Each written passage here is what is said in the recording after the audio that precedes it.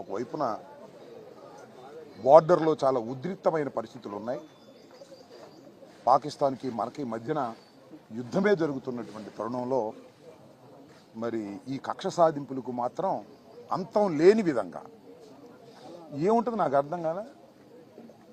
ఈ Telugu Desam party office మీద జరిగినటువంటి దాడి కేసుని వైఎస్ఆర్ కాంగ్రెస్ పార్టీ అధికారంలో ఉన్నప్పుడే కేసు రిజిస్టర్ చేయడం జరిగింది.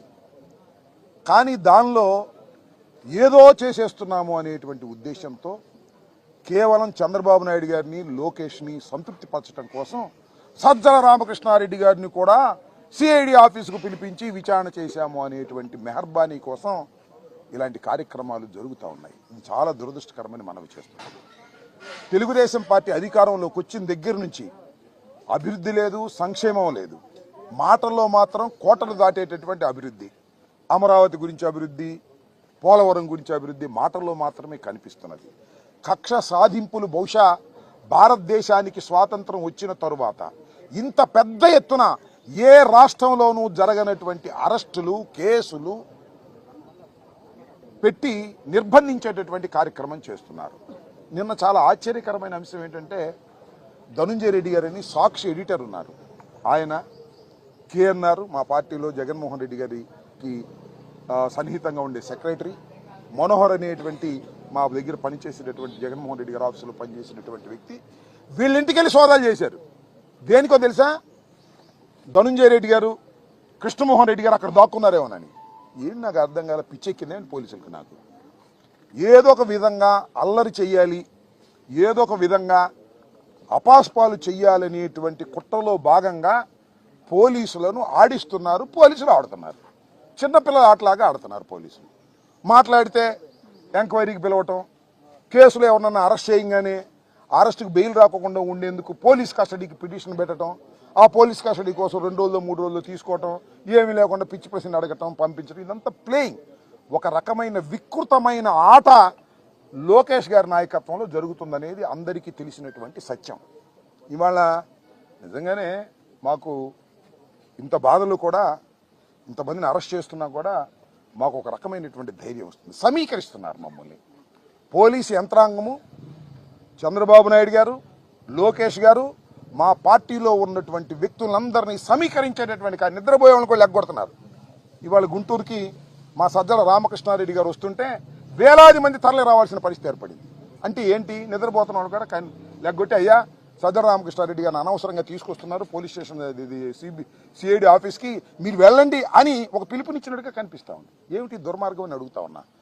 చాలా దుర్మార్గమైనటువంటి కార్యక్రమాలకు ఇవాళ తెలుగుదేశం ప్రభుత్వం లోకేష్ గారి నాయకత్వంలో కక్షపూరితంగా వ్యవహరిస్తుంది. ఎన్ని కేసులండి? 1, 2, 3 కనపడిన వాడి ప్రతి మీద వైఎస్ఆర్ కాంగ్రెస్ పార్టీలో యాక్టివ్గా ఉన్నటువంటి ప్రతి నాయకుడి మీద ఏదో కేసులో పెట్టేటువంటి కార్యక్రమం. లిక్కర్ కేసును తీసుకొచ్చారు, ఏమీ లేదు దానిలో ఎంతమందిని పెడతారో తెలియదు, ఎంతమందిని అరెస్ట్ చేస్తారో తెలియదు.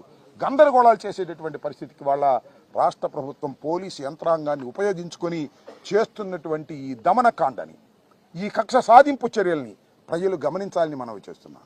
ప్రభుత్వాలు శాశ్వతం కాదు, ప్రభుత్వాలు శాశ్వతం కాదు. ఇవాళ ఉంటుంది ఈ ప్రభుత్వం, మళ్ళీ 5 సంవత్సరాలు ఇంకో ప్రభుత్వం వస్తుంది. మనం చూస్తున్నాం కదా. ఈ ప్రభుత్వమే చిరస్థాయిగా ఉంటుందా? లోకేష్ చంద్రబాబే ఉట్టిగట్టుకు ఊరేగుతారా?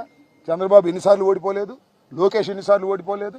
నేను ఒకటే మనవి చేస్తున్నా, జగన్మోహన్ రెడ్డి గారి నాయకత్వంలో 5 సంవత్సరాలు పరిపాలన చేసిన తర్వాత దురదృష్టవశాత్తు మేము ఓటమి పాలయ్యాం, అపోజిషన్లో ఉన్నాం. అపోజిషన్ ఉండి మా కార్యక్రమాలు మేము చేస్తున్నటువంటి తరుణంలో మమ్మల్ని కక్ష సాధింపు చేయాలనేటువంటి ఉద్దేశంతో ఈ రకమైనటువంటి ధోరణితో రాష్ట్ర ప్రభుత్వం, ముఖ్యంగా పోలీస్ యంత్రాంగం, నేను మనవి చేస్తున్నా, పోలీసు వారికి కూడా చాలామంది ఐపీఎస్ ఆఫీసర్లు ఉన్నారు, డీజీ ర్యాంక్ వాళ్ళు ఉన్నారు, అందరూ ఉన్నారు.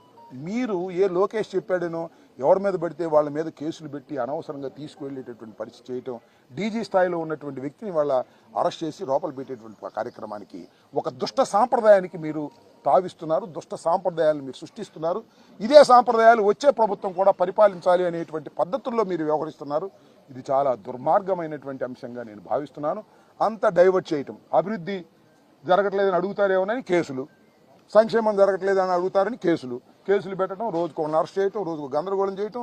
ఈనాడులో, ఆంధ్రజ్యోతిలో ఫ్రంట్ పేజీలో ఒకే రోజు రకరకాల వార్తలు కరుణాకర్ రెడ్డి గారి మీద, అప్పిరెడ్డి గారి మీద, ఇంకా వాళ్ళ మీద వీళ్ళ మీద ఎవరి మీద కనపడితే వాళ్ళ మీద, ఎవరు యాక్టివ్గా ఉంటే వాళ్ళ మీద కేసులు పెట్టి అణచాలని ప్రయత్నం చేస్తున్నారు. నేను ఒకటే మనవి చేస్తున్నా, ఎంత అణచాలని ప్రయత్నం చేస్తారో అంత ఉవ్వెత్తున వైఎస్ఆర్ కాంగ్రెస్ పార్టీ ముందుకు సాగుతుందని కూడా మనవి చేస్తున్నా. నిర్బంధంలో పెట్టాలనుకుంటున్నారు, నిర్బంధాల నుంచి పోరాట పటిమతో ముందుకు వెళతామని కూడా ఈ సందర్భంగా నేను మనవి చేస్తున్నా.